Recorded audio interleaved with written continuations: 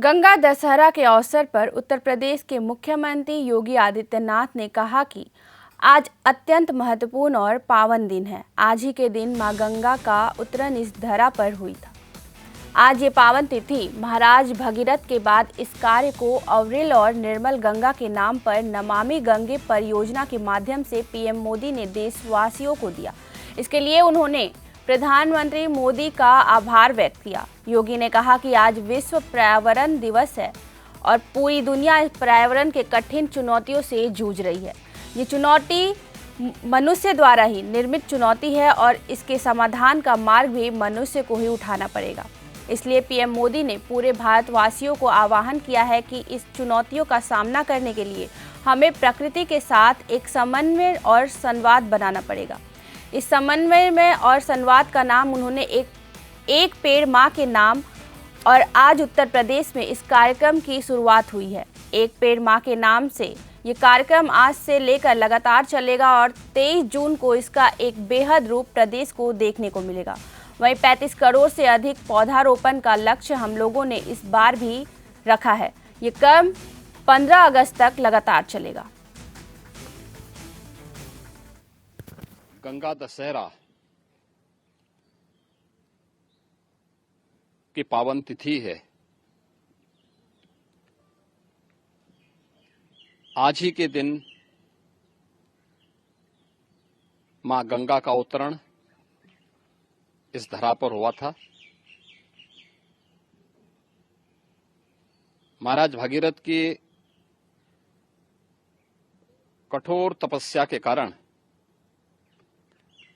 देव नदी इस धरती पर अवतरित हुई और मां गंगा के कारण न केवल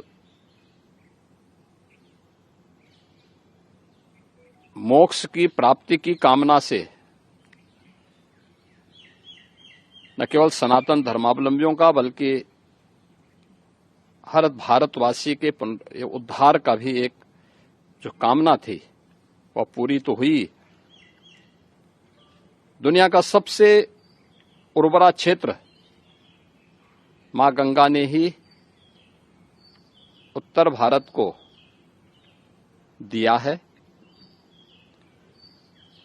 आज यह पावन तिथि महाराज भगीरथ के बाद इस कार्य को अविरल और निर्मल गंगा के नाम पर नमामि गंगे परियोजना के माध्यम से प्रधानमंत्री मोदी जी ने देशवासियों को दिया। हम इसके लिए प्रधानमंत्री मोदी जी के हृदय से आभारी हैं। आज विश्व पर्यावरण दिवस भी है। पूरी दुनिया पर्यावरण की कठिन चुनौतियों से जूझ रही है। इन कठिन चुनौतियों को कहीं और ने नहीं, ये मनुष्य के द्वारा ही निर्मित चुनौतियां हैं।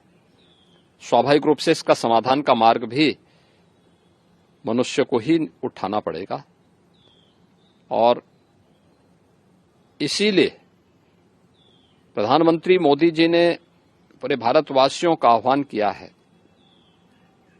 कि पर्यावरण की इन कठिन चुनौतियों का, क्लाइमेट चेंज से जुड़ी हुई इन चुनौतियों का सामना करने के लिए हमें प्रकृति के साथ एक समन्वय और संवाद बनाना पड़ेगा। इस समन्वय और संवाद का ही नाम उन्होंने बहुत आसानी से दिया है, एक पेड़ मां के नाम। आज उत्तर प्रदेश में इस कार्यक्रम की शुरुआत हुई है, एक पेड़ मां के नाम। यह कार्यक्रम आज से लेकर के लगातार चलेगा। 23 जून को इसका एक बृहद रूप उत्तर प्रदेश के अंदर देखने को मिलेगा।